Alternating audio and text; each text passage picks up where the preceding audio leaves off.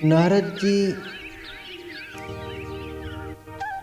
सूत जी के मुख से एवं सनकादिक ऋषियों के मुख से गोकर्ण और धुंधकारी की कथा सुनकर बहुत प्रसन्न हुए। बोले कि महाराज, जब अंतिम प्रश्न और कर रहा हूं, आप इसका उत्तर दें। भागवत कथा सुनने के नियम क्या हैं? कथा करवाने में खर्चा कितना आता है? सनकादियों ने कहा कि देव ऋषि, विवाहे यादृशं वित्तम तादृशं परिकल्पयेत। जैसे बेटी के विवाह की तैयारी हम और आप धूमधाम से अपनी सामर्थ्य अनुसार करते हैं, ऐसे ही भागवत कथा का समारोह अपनी सामर्थ्य अनुसार दिव्य, भव्य और बृहद तरीके से करना चाहिए। जैसे बेटी के विवाह में अब कितना खर्चा होगा, ये पूछा जाए तो शायद कोई नहीं बता सकता। हर व्यक्ति अपनी अपनी सामर्थ्य के अनुसार विवाह करता है, कोई थोड़े में तो कोई बहुत में। इसी तरह अपनी सामर्थ्य के अनुसार भागवत का समारोह भव्य और दिव्य मनाना चाहिए। महोत्सव के तरीके से उत्सव मनाना चाहिए। यदि सकाम अनुष्ठान किया जाए, कामना लेकर के अनुष्ठान किया जाए, तो फिर किसी देवज्ञ से जो बहुत अच्छा ज्ञानी हो, उससे एक अच्छा सा मुहूर्त निकलवाना चाहिए। और यदि निष्काम भाव से केवल भगवत प्रीत्यर्थ कथा सुनना है, तो फिर मुहूर्त की ज़्यादा आवश्यकता नहीं है। जब मन में आए तब कथा सुनो। प्रयत्न करके देश देशांतर में यह संवाद भेजना चाहिए कि महानुभावों, प्यारे प्यारे भक्तों, हमारे यहाँ भागवत का अपूर्व रसमय प्रसंग प्रारंभ होने वाला है। आप सब सादर पधारने की कृपा करें। सताम समाजो भविता सप्तरात्रं सुदुर्लभा। सताम समाजो भविता सप्तरात्रं सुदुर्लभा। अपूर्व रस रूपेव कथा छात्र भविष्यति। पत्र में लिखना चाहिए कि महानुभावों, हमारे यहाँ 7 दिन तक भागवत का बड़ा दुर्लभ समागम रहेगा और अपूर्व रसमयी श्रीमद् भागवत की कथा होगी। आप लोग भगवत रस रसिक हैं, अतः श्रीमद् भागवत अमृत का पान करने के लिए प्रेम पूर्वक पधारने की कृपा करें।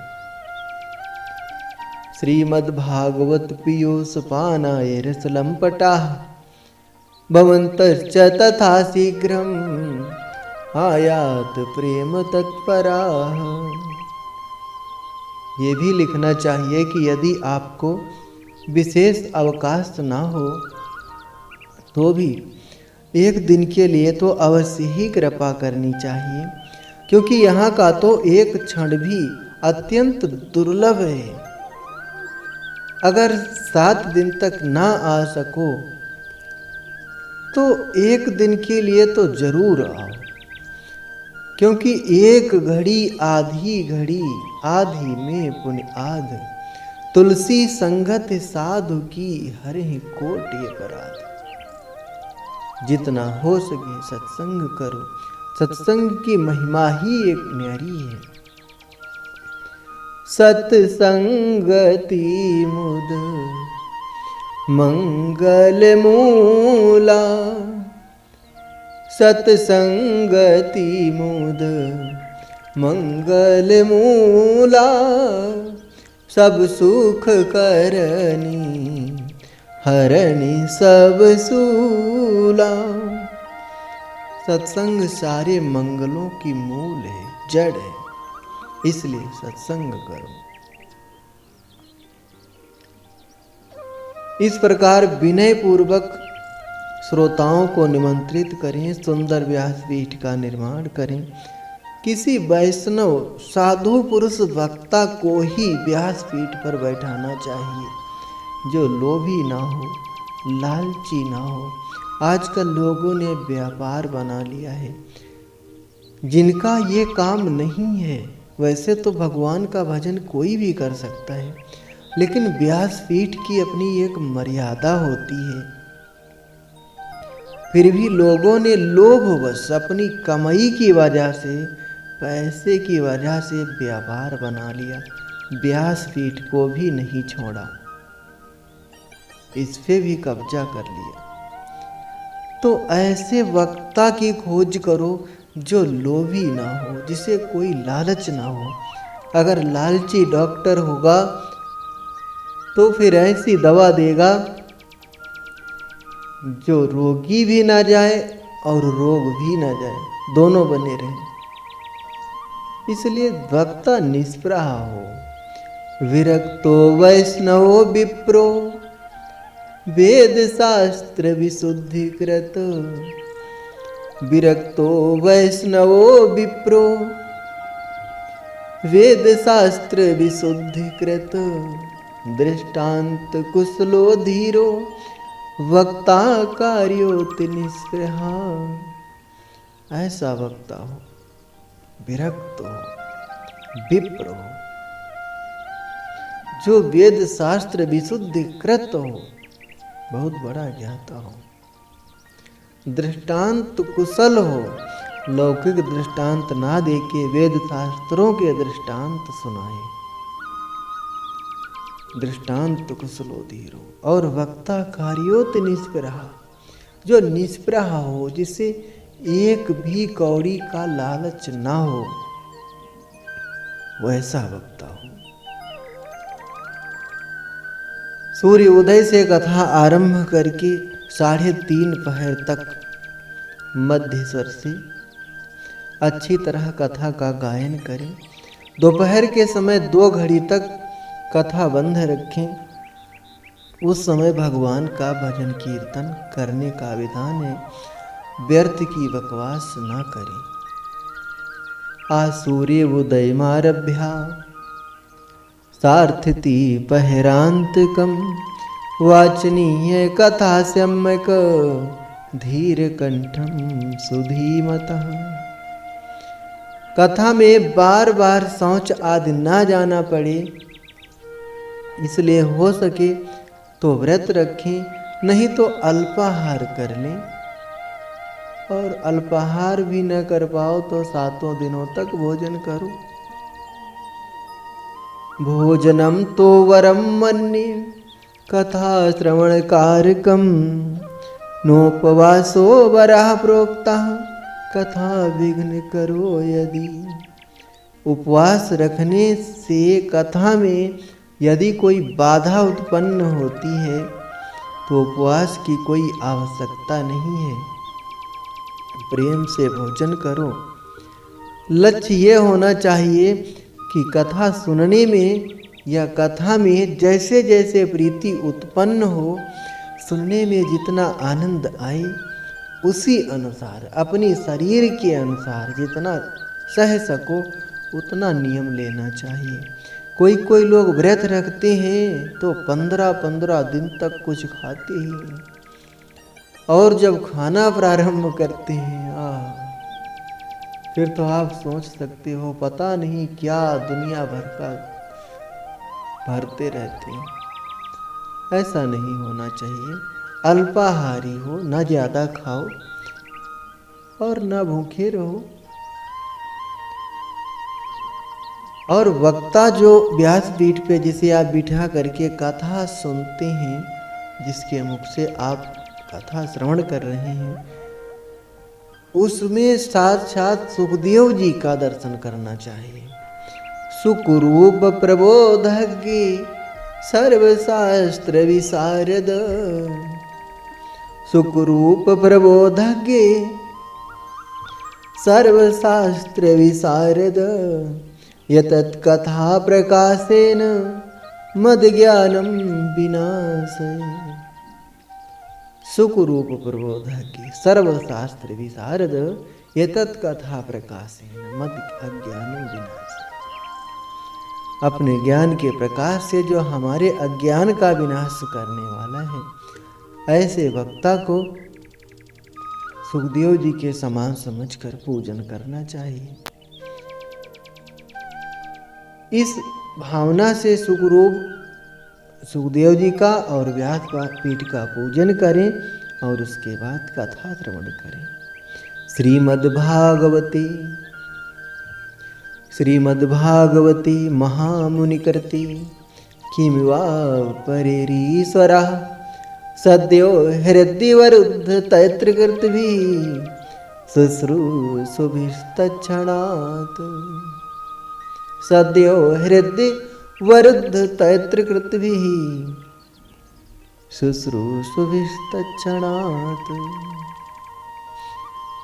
इस श्रीमद्भागवत में निष्कपट निष्काम परम धर्म का निरूपण किया गया है।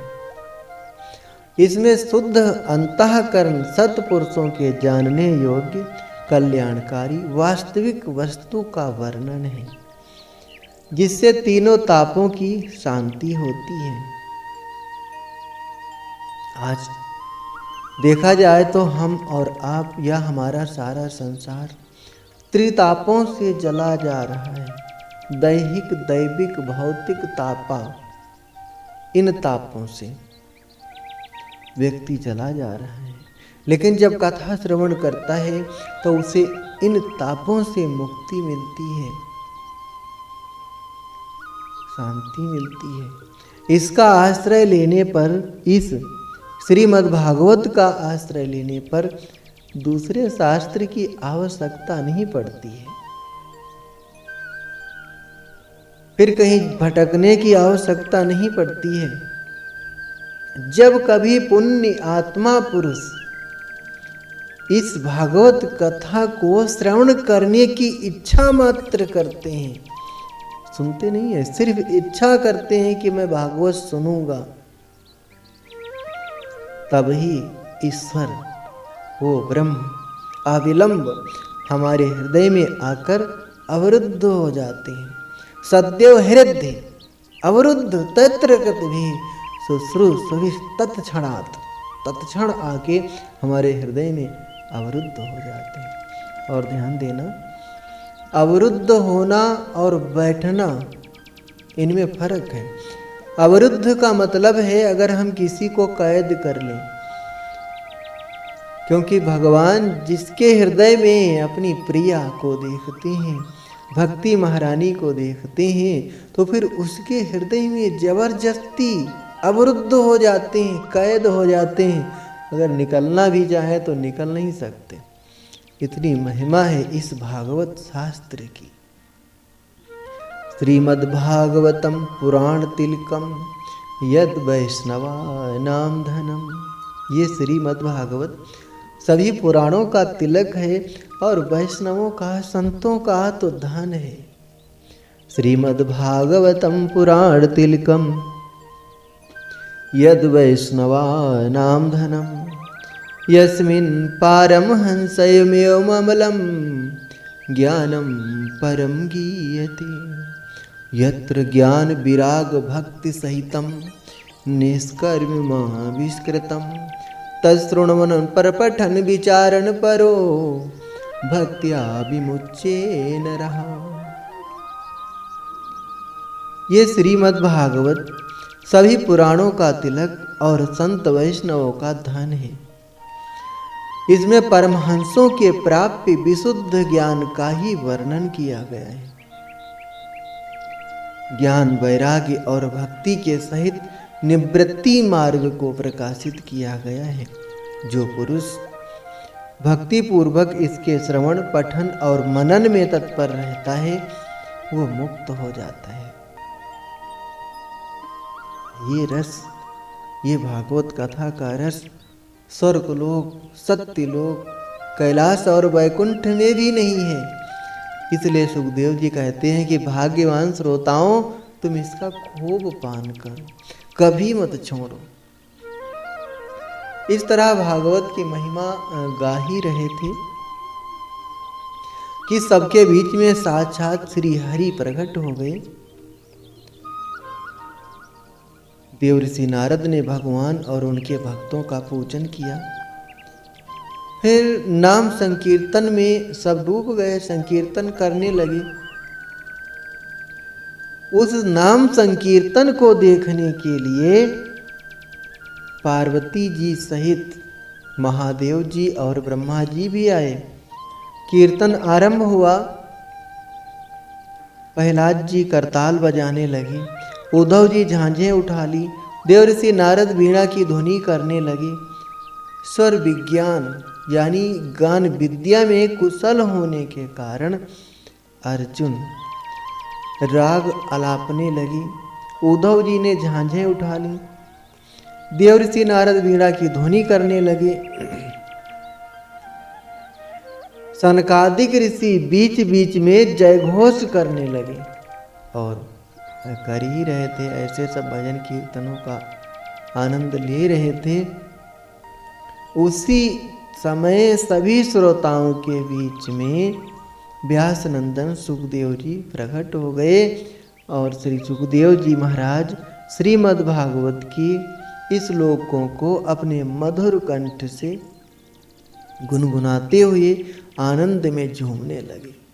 अद्भुत और अलौकिक संकीर्तन आरंभ हो गया। संगीत के 3 अंग होते हैं, गायन, वादन और नृत्य। तो गायन वादन करने वाले तो बहुत लोग दिखाई दे रहे थे, लेकिन नृत्य करने वाला कोई दिखाई नहीं दे रहा था।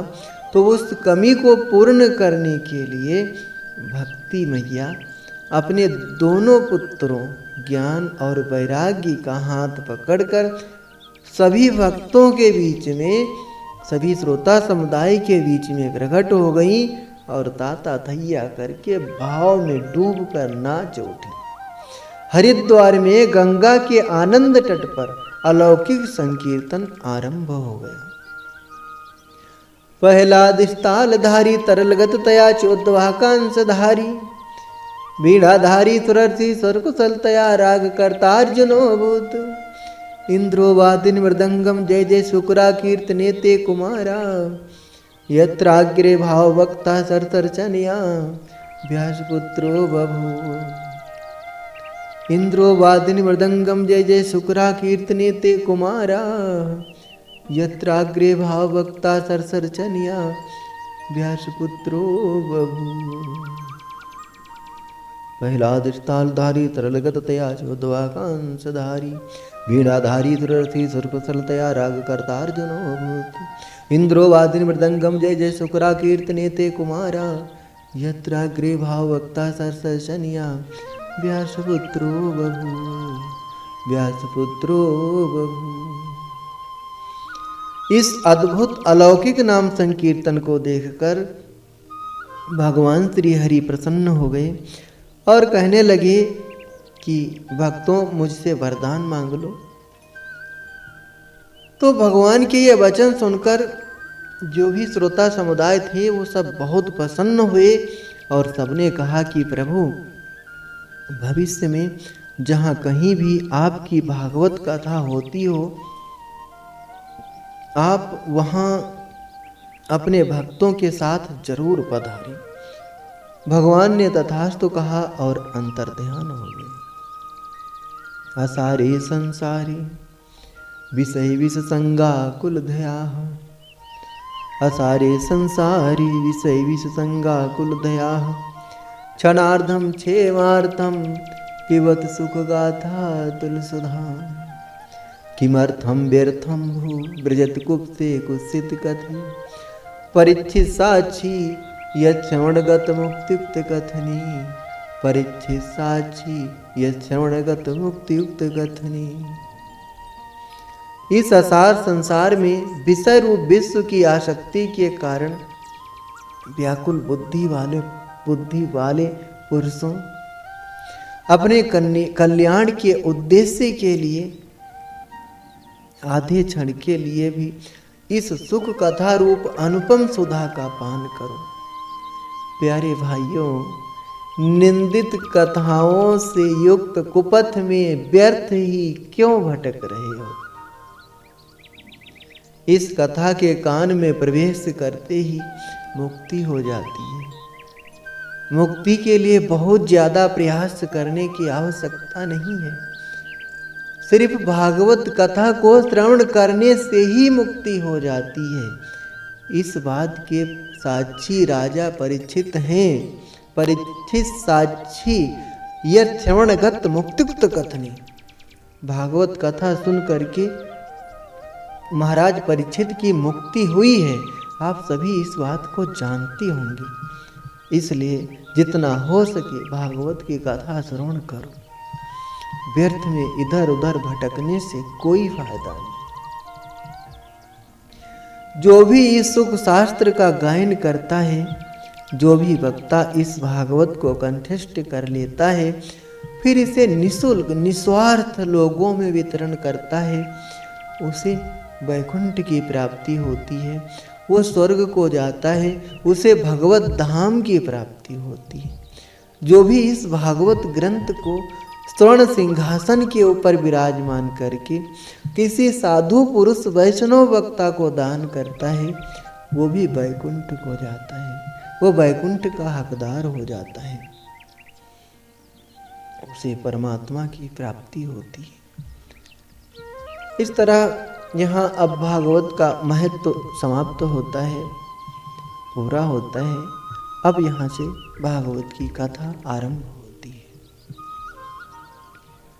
जन्माद्यस्य तो नवयादितर्थश्चार्थेषु विज्ञाः स्वराट् तेने ब्रह्म हृदय आदि कवे गुह्यन्ति यत् सूर्यः तेजो वारिमृदां यथा विनिमयो यत्र त्रिसर्गो मृषा धाम्ना स्वेन सदा निरस्तकुहकं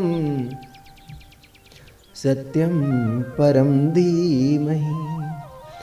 धाम्ना स्वेन सदा निरस्तकुहकं सत्यं परं धीमहि।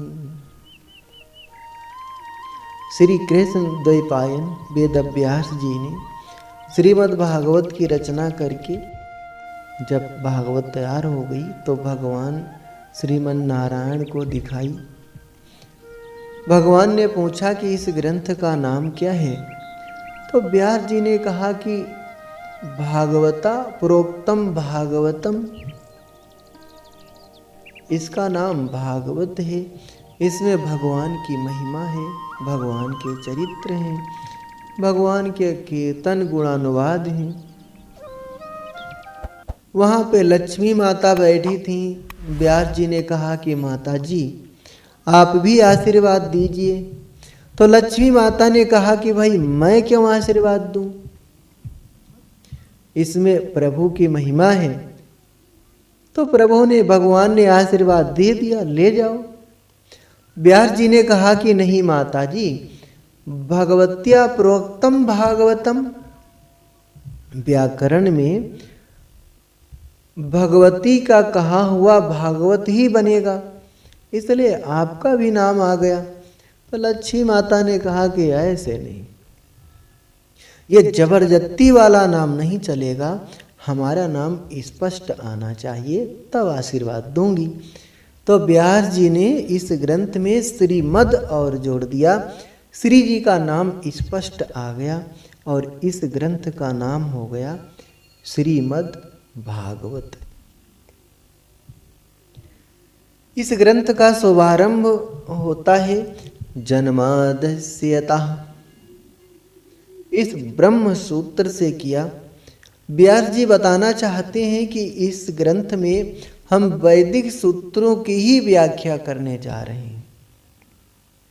ब्रह्म सूत्र का पहला सूत्र है अथातो ब्रह्म जिज्ञासा, और दूसरा सूत्र है जन्माद्यस्यतः, और इसी ब्रह्म सूत्र से भागवत कथा आरंभ की। तो हम और आप भी भगवान का ध्यान करें, विद्वानों ने श्रीमद् भागवत के इस मंगलाचरण को इस अनेक प्रकार से गाया है और इसके बहुत सारे अर्थ निकाले। सभी ने अपने अपने इष्ट का इसमें वंदन किया है, सभी ने अपने इष्ट का इस श्लोक में दर्शन किया है, क्योंकि इस श्लोक में किसी का नाम नहीं आया है। हम भी अपने इष्ट भगवान श्री कृष्ण का ध्यान करें। जन्मादिस्यतोऽन्वयादितर्थश्चार्थेषु विज्ञः सराट् तेने ब्रह्म हृदय आदि कवये गुह्यन्ति यत् सूर्यः तेजो वारिमृदां यथा विनिमयो यत्र त्रिसर्गो मृषा धाम्ना स्वेन सदा निरस्तकुहकं सत्यम परम धीमहि। श्री कृष्णम परम धीमहि, श्री रामम परम धीमहि, श्री शिवम परम धीमहि नहीं कहा, सत्यम परम धीमहि। हम उस सत्य को प्रणाम करते हैं, हम उस परमात्मा का ध्यान करते हैं। लेकिन ध्यान देना, श्रीमद् भागवत को श्री कृष्ण का स्वरूप माना जाता है। श्रीमद् भागवत में साक्षात श्री कृष्ण का दर्शन किया जाता है। सत्यम सच्चिदानंद स्वरूपम श्री कृष्णम परम परमेश्वरम धीमहि ध्यायेम। तो सत्य सत्य कह के प्रार्थना की, नाम तो नहीं लिया, लेकिन फिर भी हम सत्य स्वरूप कृष्ण का ही वंदन करते हैं। क्यों? क्योंकि भागवत में सबसे ज्यादा सत्य सत्य कहकर भगवान श्री कृष्ण को ही पुकारा गया है। श्रीमद् भागवत में भगवान को ही सत्य सत्य कह के बार बार वंदन किया है ऋषियों ने, देवताओं ने। जब भगवान श्री कृष्ण देवकी माता के गर्भ में आए थे तो देवताओं ने वहां स्तुति की थी, तब सब देवताओं ने सत्य सत्य कह के ही पुकारा था। सत्यव्रतम सत्यव्रतम सत्यपरम त्रिसत्यम सत्यस्य योनिम निहितम च सत्य सत्यस्य सत्य अमृत सत्य नेत्रम सत्यात्मकम त्वाम शरणम प्रपन्नाः। तो देवताओं ने भगवान श्री कृष्ण को ही बार बार सत्य सत्य कहकर पुकारा, इसलिए सत्य स्वरूप श्री कृष्ण जी का ध्यान करते हैं। भगवान श्री कृष्ण कैसे हैं? जन्मादस्य अतः, भगवान अजन्मा है, आदि अंत से परे हैं। वो परमात्मा भक्तों को परमानंद प्रदान करने के लिए वसुदेव जी के घर में प्रकट हुए। अब आप कहेंगे कि भाई वसुदेव जी के घर में तो जन्म हुआ ही नहीं था, कह सकते हो, उनका जन्म तो जेल खाने में हुआ था। लेकिन नहीं, न ग्रहम ग्रह मित्याहु ग्रहणी ग्रह मुच्यते। ईंट पत्थर के घर को घर नहीं कहते हैं, गृहिणी को घर कहते हैं। घर में देवियां न हो तो फिर वो घर नहीं, बंजर ही होता है।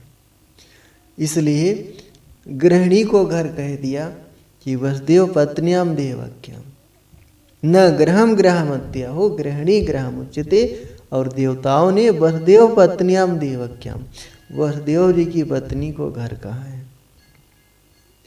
धर्म प्रोज्झित कैतोत्र परमो निर्मत्सराणाम सताम वेद्यम वास्तवमत्र वस्तुशिवदम तापत्रयोन्मूलनम। श्रीमद्भागवते महामुनिकृते किं वा परेरीश्वरः सद्यो हृदयवरुद्ध तैत्रकृतभिः शुश्रूषुभिस्तत्क्षणात्। इस श्लोक में 3 बार अत्र शब्द का प्रयोग किया गया। व्यास जी कहते हैं अत्र श्रीमद्भागवते प्रोज्झित कैतवाः परो धर्माः निरूपेते। इस श्रीमद्भागवत में निष्कपट परम धर्म का निरूपण किया गया है।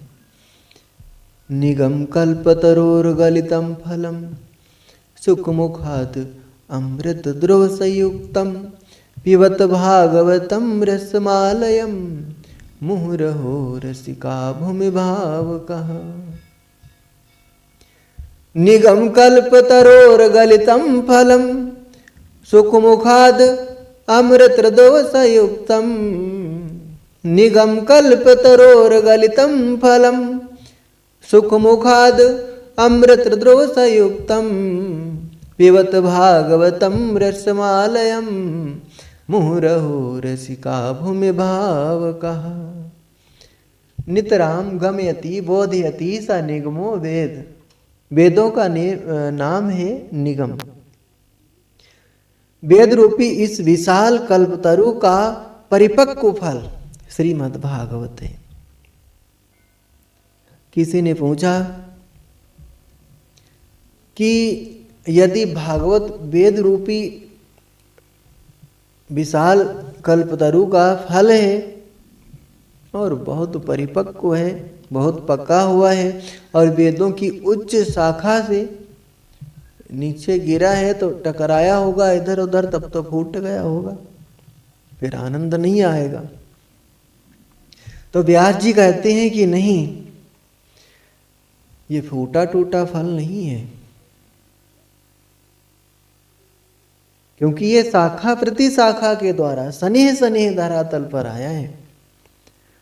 सबसे पहले श्रीमन नारायण की शाखा से ये फल टपका, ब्रह्मा जी की शाखा पर अटका, ब्रह्मा जी की शाखा से टपका, नारद जी की शाखा पर अटका, नारद जी की शाखा से टपका तो व्यास जी की शाखा पर अटका, व्यास जी की शाखा से टपका तो सुखदेव जी की शाखा पर अटका, सुखदेव जी की शाखा से टपका तो परीक्षित, सूत जी आदि आदि ऋषियों को, संतों को प्राप्त हुआ।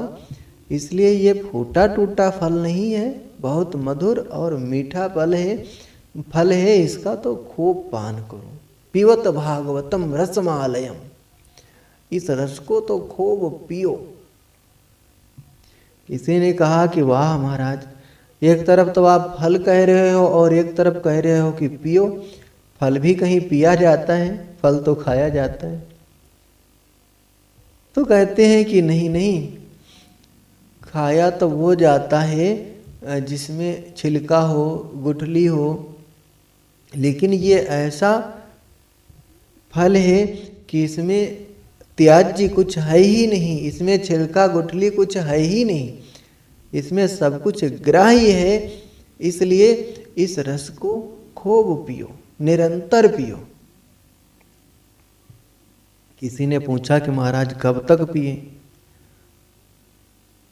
व्यास जी कहते हैं कि आजन्म पीते रहो, जब तक जीवन है तब तक पियो।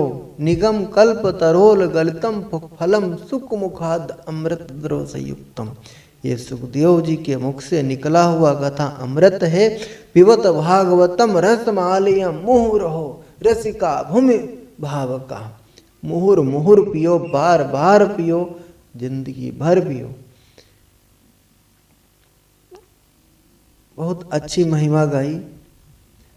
फिर कहते हैं कि नैमिषे निमिष क्षेत्रे ऋषियः सौनकादयः सत्रम स्वर्गाय लोकाय सहस्त्र सममासत।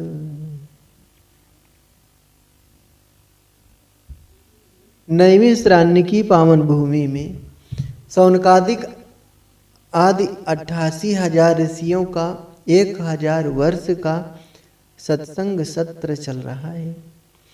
सूत जी और सौनक जी के संवाद के माध्यम से कथा आरंभ होती है। सौनक जी ने यहाँ 6 प्रश्न किए हैं और उन्हीं 6 प्रश्नों के उत्तर में संपूर्ण भागवत तैयार हुई है। वो 6 प्रश्न हैं। सबसे पहला प्रश्न है उनमें कि प्राणी मात्र का कल्याण कैसे होगा। आजकल प्रत्येक प्राणी दुखी है, कलेश से आक्रांत है। ऐसे दीन दुखियों का कल्याण कैसे हो।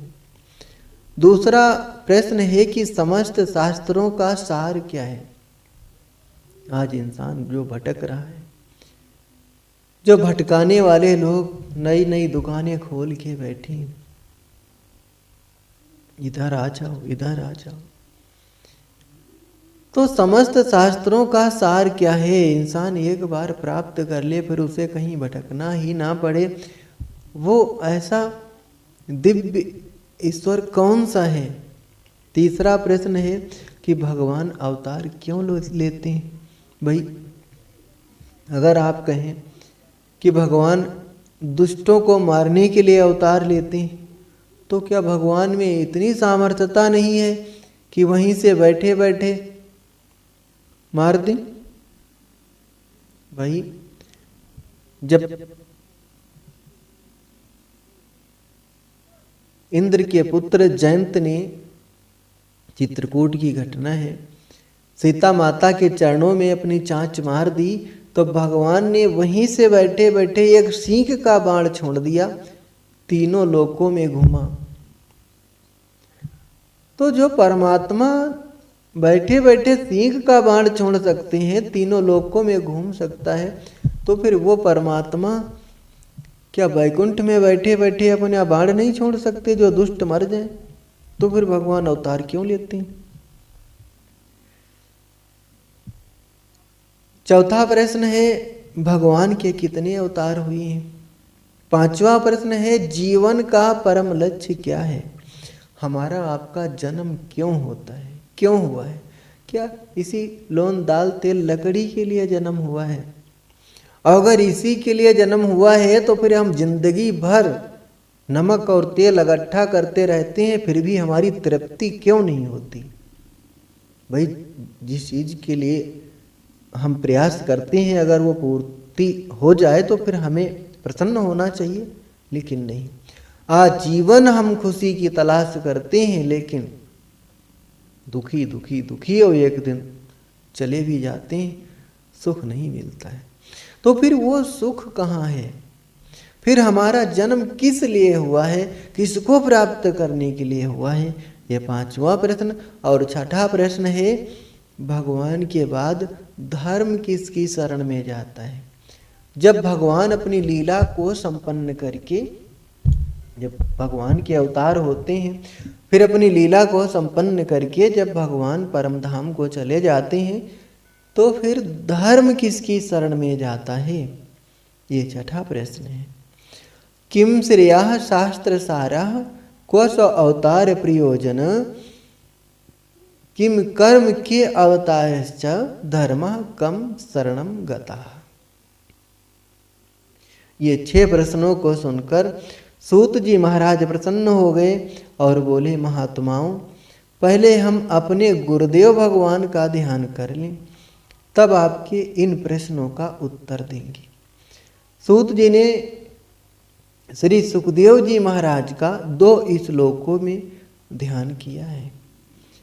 यम प्रव्रजन्तमनुपेतमुपेत कृत्यम द्वैपायनो विरह कातर आजुहाव पुत्रेति तन्मयतया तर्वो विनन्दोस् तं सर्वभूतहृदयं मुनिमानतोऽस्मि यः स्वानुभावमखिलश्रुतिसारमेकम् अध्यात्मदीपमतति तीर्षतां तमोन्धं संसारिणां करुणयाः पुराणगुह्यां तं व्याससूनमुपयामि गुरुं मुनीनां। जो जन्म लेते ही प्रव्रजंत हो गए थे, व्यासपुत्र श्री सुखदेव जी के पाद पद्मों में हम सब बारंबार मिलकर प्रणाम करते हैं। नारायणं नमस्कृत्य नरं चैव नरोत्तमं देवीं सरस्वतीं व्यासं ततो जयमुदीरयेत्। इन सबका स्मरण करने के बाद सूत जी कहते हैं कि संतों मुनियः साधु पृष्टोहम भविद्भिर्लोक मंगलम। हे ऋषियों, तुमने जो प्रश्न किए हैं वो अपने लिए नहीं, लोक मंगल के लिए किए। तुमने ये बड़े ही सुंदर प्रश्न किए हैं। अब ध्यान से सुनो। जीव मात्र का परम धर्म क्या है, हमारा जन्म क्यों होता है, हमारा परम धर्म क्या है, वो ध्यान से सुनो। सभी पुंसाम परो धर्मो यतो भक्तिरधोच्छेजी अहेतुक की प्रतिहता ययात्मा संप्रसीदति। सभी पुंसाम परो धर्म, प्राणी मात्र का परम धर्म एक ही है, भगवान के चरणों में प्रेम करना। जीवन का उद्देश्य है जीव से तत्व जिज्ञासा, नार्थो यश्चेह कर्म भी। इंसान का जन्म अगर भगवान ने दिया है तो उद्देश्य भी दिया है कि हम उस ईश्वर को तलाश करें, उस ईश्वर को प्राप्त करने की कोशिश करें। सभी पुंसाम परो धर्मो अहे भक्ति रभुच्छेदे, उस परम धर्म को प्राप्त करने के लिए भक्ति करें। और भक्ति भी कैसे, अहेतुक की, जिसमें कोई हेतु ना हो, अहेतुकी भक्ति हो। हम और आप अगर एक लोटा जल भी चढ़ाते हैं तो बदले में कहते हैं कि भगवान मैंने आपको एक लोटा जल चढ़ाया है, कम से कम 5 भैंसें तो दे ही देना, जो 20-20 लीटर दूध रोज देती हूँ। ऐसी भक्ति करते हैं, सोचो नहीं। अहेतुक की प्रतिहता ययात्मा संप्रतीदति, क्या भगवान को पता नहीं है कि हमें क्या चाहिए? जब बच्चा छोटा होता है, माँ की गोद में होता है, तब बच्चे को किसी भी चीज को प्राप्त करने की चेष्टा नहीं करना पड़ता। माँ को सब पता होता है, कितने समय उसे दूध चाहिए, कितने समय वो सोएगा, कितने समय उठेगा, सब माँ को पता है। इसी तरह ईश्वर को सब पता है हमें कब और क्या चाहिए, जो आवश्यक है। अब बच्चे अगर अग्नि को पकड़ने के लिए दौड़े तो क्या माँ पकड़ने देती है? बच्चों को तो पता नहीं कि अग्नि है, हम जल जाएंगे। बच्चों को तो पता नहीं ये सर्प है, हमें डस लेगा। बच्चे देखें तो पकड़ने के लिए दौड़ते हैं, लेकिन माँ पकड़ने नहीं देती। ऐसे हम और आप विषयों के पीछे भटकते हैं, हमें पता ही नहीं कि यहाँ खतरा है, यहाँ हमारा पतन होता है। तो भगवान का जो आश्रय लिए हुए भक्त होते हैं, फिर भगवान कहते हैं कि करहु सदा तिनकै रखवारी, जिम बालक राखहि महतारी। भगवान कहते हैं जो मेरा आश्रय लिए हुए भक्त हैं, फिर मैं उनकी उसी तरह रक्षा करता हूँ जैसे माताएं अपने छोटे से शिशु की रक्षा करती। इसलिए भक्ति अहेतुक की हो, कोई हेतु ना हो। भगवान से कहो कि प्रभु क्या आपको नहीं पता है मुझे क्या चाहिए? जो मेरे लिए आवश्यक हो वो मुझे प्रदान करो। तब भगवान खुश होते हैं। संसार भर के जंजाल में ना पड़कर एक ईश्वर का ही आश्रय लेना चाहिए। हम और आप क्या करते हैं? 6 महीने हनुमान जी की पूजा की, भला नहीं हुआ, तो फिर 6 महीने दुर्गा माता को रख लिया अलमारी में, फिर भी भला नहीं हुआ। फिर पता लगा कि वहाँ वो बहुत जल्दी लाभ हो जाता है, तो वहाँ पहुँच गए। भक्ति ऐसी नहीं होनी चाहिए। भगवान के ऊपर विश्वास हो, भरोसा हो। एक भक्त था तो उसने 4-5 साल तक दुर्गा माता की पूजा की, लाभ नहीं हुआ, जो चाहता था नहीं मिला। उसे एक दिन बहुत बुरा लगा। फिर सोचा कि आजकल लोग हनुमान जी ज़्यादा पूज रहे हैं, गदा वाले भी हैं, बलिष्ठ भी हैं, लगता है इनमें शक्ति कम है। तो दुर्गा माता की उसने फोटो हटाई और हनुमान जी को रख दिया। काफी दिन तक उन्हें पूजता रहा, कोई लाभ नहीं मिला। एक दिन हुआ ये कि उसने अगरबत्ती लगाई हनुमान जी पे, तो अगरबत्ती का धुआं जो माता जी की फोटो उसने हटा के अलमारी से बाहर रख दिया था, उधर जाने लगा। तो उस भक्त ने कहा कि ओह, इतने दिन तक तुझे मैं पूजता रहा, तूने मेरी नहीं सुनी, और आज जब मैं हनुमान जी की पूजा करने लगा तो तुझे जलन हो रही, तू जबरदस्ती धुआं अपनी तरफ ले रही है। तब दुर्गा माँ प्रकट हो गई, कहा कि बेटे यही भरोसा तो होना चाहिए, कम से कम तूने भरोसा तो किया कि मैं हूं।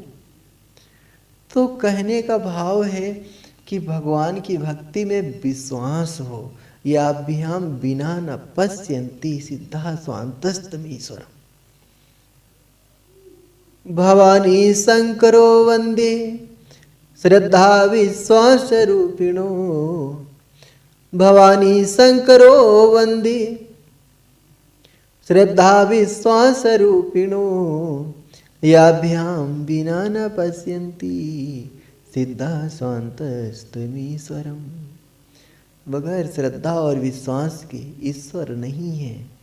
इसलिए भक्ति करो, पहले तो ज्ञान हो, वेद पुराण शास्त्र अध्ययन किए हो, ना पढ़े हो तो सुनो, फिर भरोसा होगा। क्योंकि श्रद्धा बिना न भगत डढ़ाई, जिम खगपत जल के चिकनाई। दूध में घी होता है, दूध में चिकनाई होती है, लेकिन वो ऐसे प्रकट नहीं होती है, प्रयास करना पड़ता है। पहले दूध गर्म करो, फिर दही बनाओ, फिर उसे मथो, मक्खन निकलता है, फिर उसे भी गर्म करो, फिर घी बनता है। इसी तरह प्रयास करो, तब ईश्वर मिलते हैं। यथा तरोर्मूल निषेचनेन, संसार भर के जंजाल छोड़ के यथा तरोर्मूल निषेचनेन, जैसे हम एक वृक्ष लगाते हैं, उस वृक्ष के पत्तों में, टहनी में, फलों में, फूलों में पानी ना डाल के सिर्फ जड़ में पानी डालते हैं और पूरे वृक्ष की तृप्ति हो जाती है। उसी तरह संसार भर के जंजाल में, संसार भर के मठ मंदिरों के चक्कर में ना पड़ के एक सच्चिदानंद घन ब्रह्म परमात्मा का भजन करो, परमात्मा का पूजन करो, सब खुश हो जाएंगे। एक ही साधे सब सधे, और सब साधे सब जाएं। एक को साधने से सब मिलते हैं, और अगर सब में भटकोगे तो फिर सब छूट जाएंगे।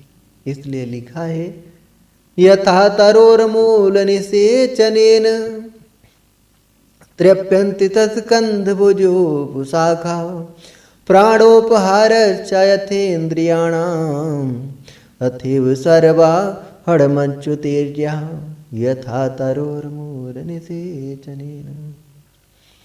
सौनक जी ने पूछा कि महाराज, जिस भागवत का आप हमें उपदेश दे रहे हैं, इस भागवत की रचना किसने की, कब की, कहाँ की और क्यों की? सौनकादिक ऋषियों ने ये प्रश्न किया, लेकिन इसका उत्तर अगले भाग में देंगे।